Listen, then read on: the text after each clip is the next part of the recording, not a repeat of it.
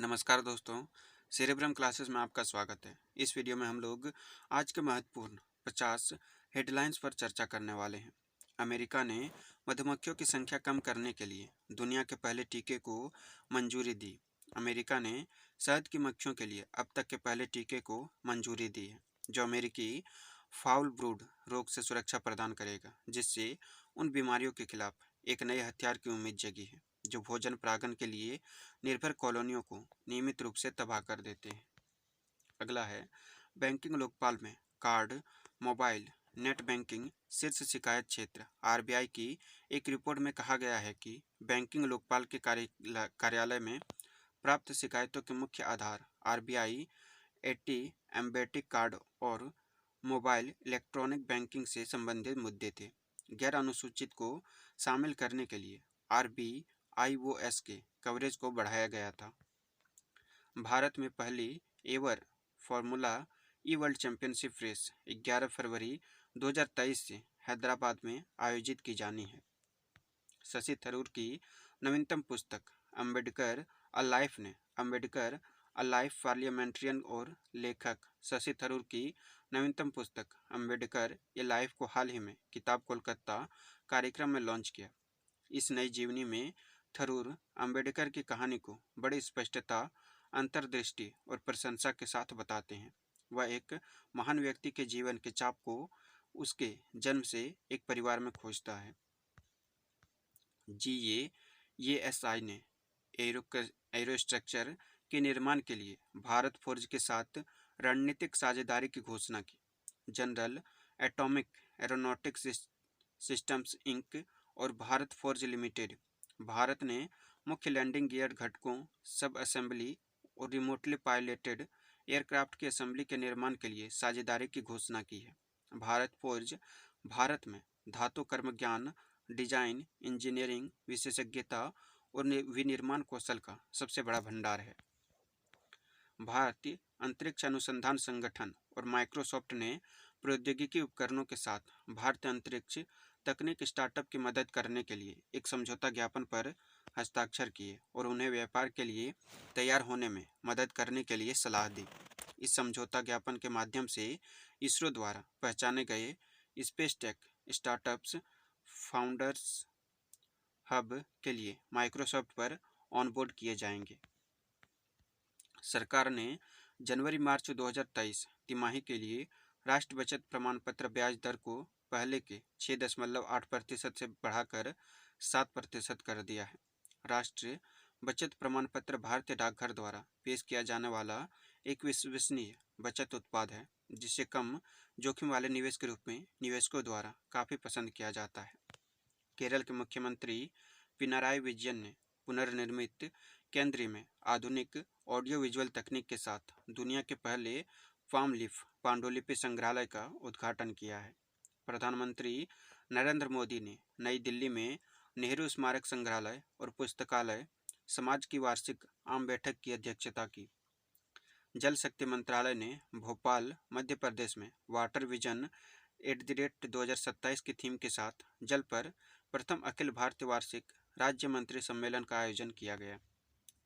International hockey federation ने Odisha hockey mains world cup 2023 के लिए जेएसडब्ल्यू ग्रुप के साथ साझेदारी पर हस्ताक्षर किए हैं।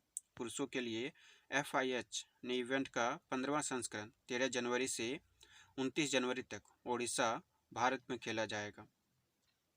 विश्वविद्यालय अनुदान आयोग के अध्यक्ष एम जगदीश कुमार ने विदेशी विश्वविद्यालय को भारत में परिसर स्थापित करने की अनुमति देने के लिए मसौदा मानदंडों का अनावरण किया है।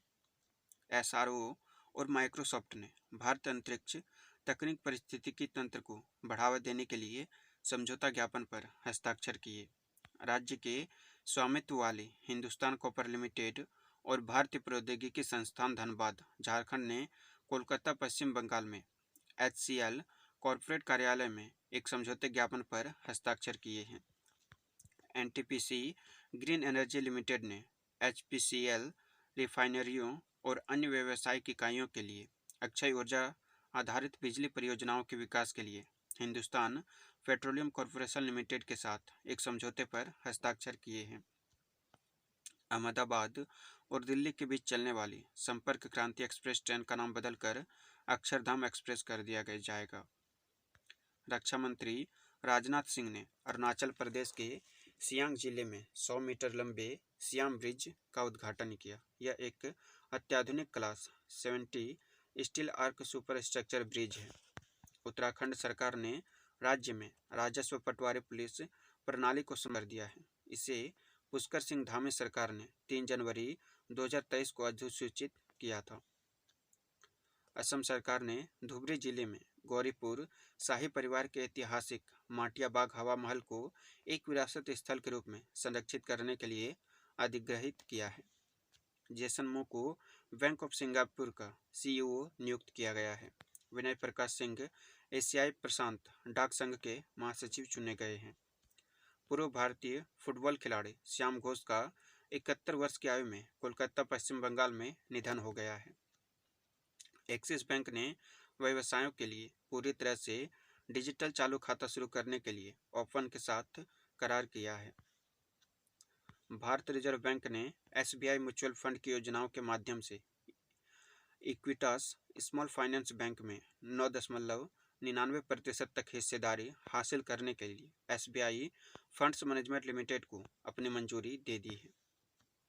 सूरीनाम के राष्ट्रपति संतोखी प्रवासी भारतीय दिवस सम्मेलन में भाग लेने के लिए भारत पहुंचे। वह प्रवासी भारतीय दिवस में विशेष अतिथि होंगे। केंद्रीय गृह मंत्री अमित शाह ने मणिपुर में 1311 करोड़ रुपए की 21 विकास परियोजनाओं की आधारशिला रखी और साथ ही मोइरांग में भारतीय राष्ट्रीय सेना मुख्यालय परिसर में 165 फीट ऊंचा राष्ट्रीय ध्वज फहराया। केंद्र सरकार ने झारखंड में श्री समेध शिखर जी में पर्यटक गतिविधि पर रोक लगा दी है। झारखंड सरकार की पर्यटन नीति का जैन समुदाय लगातार विरोध कर रहा था, जिसका उद्देश्य श्री समेध शिखर जी को पारसनाथ की पहाड़ियों में पर्यटन स्थल के रूप में विकसित करना था। सानिया मिर्जा ने अपने पेशेवर टेनिस करियर से संन्यास की घोषणा कर दी है। अगले महीने दुबई टेनिस चैंपियनशिप सानिया के करियर का आखिरी टूर्नामेंट होगा। भारत अगले सप्ताह voice of global south summit की मेजबानी करेगा, जिसमें 120 से अधिक देशों को आमंत्रित किया गया था।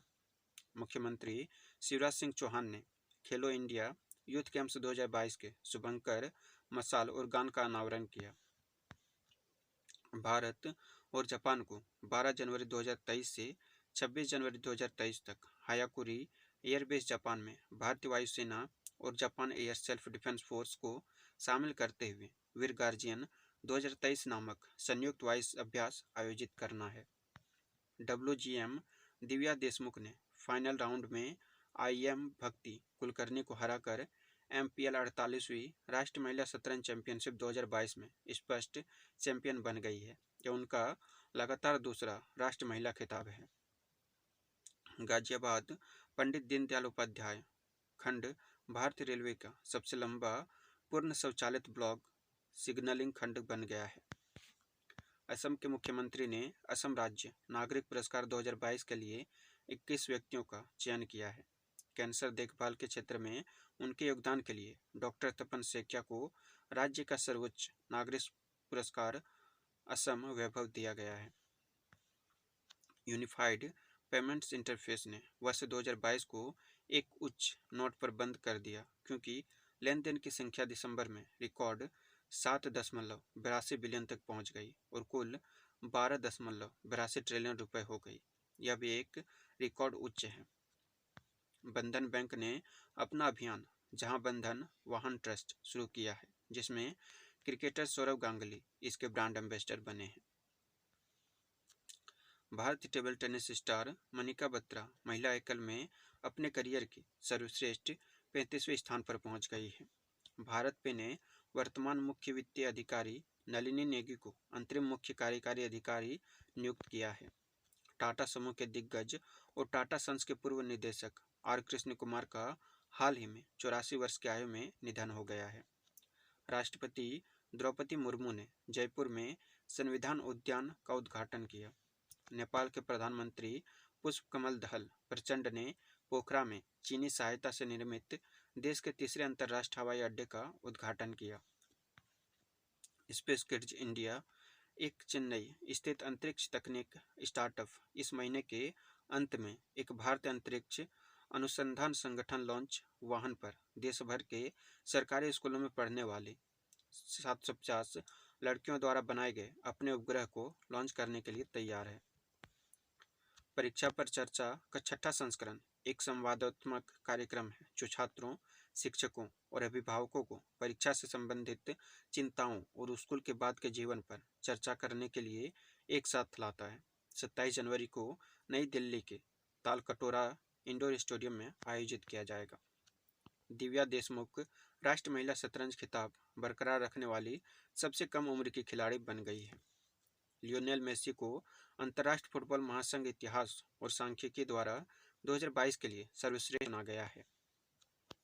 मुंबई के चिकित्सक डॉक्टर तपन सेकिया को कैंसर के उपचार में उनके योगदान के लिए सर्वोच्च राज्य नागरिक पुरस्कार असम वैभव से सम्मानित किया गया है। निजी क्षेत्र के ऋणदाता HDFC बैंक ने अपने डिजिटल परिवर्तन के अगले चरण में माइक्रोसॉफ्ट के साथ साझेदारी की है। राष्ट्रपति द्रौपदी मुर्मू ने राजस्थान के पाली जिले के रोहट में 18वें राष्ट्रीय स्काउट और गाइड जम्बूरी का उद्घाटन किया। राजस्थान 66 साल बाद जम्बूरी की मेजबानी कर रहा है। साड़ी महोत्सव विरासत का दूसरा चरण नई दिल्ली में भारत की 75 हाथ से बुनी साड़ियों का जश्न मना रहा है। यह चरण कपड़ा मंत्रालय द्वारा 3 से 17 जनवरी 2023 तक हथकरघा घाट जनपथ नई दिल्ली में आयोजित किया जा रहा है। लोकप्रिय कला निर्देशक सुनील बाबू का 50 वर्ष की आयु में निधन हो गया है। सुनील बाबू ने मुख्य रूप से मलयालम फिल्मों में काम किया और तमिल, तेलुगु और हिंदी फिल्मों में भी काम किया। खासतौर पर उन्हें बैंगलोर डेज, गजनी, वरिष्ठुत जैसी हिट फिल्मों में फेम मिला है।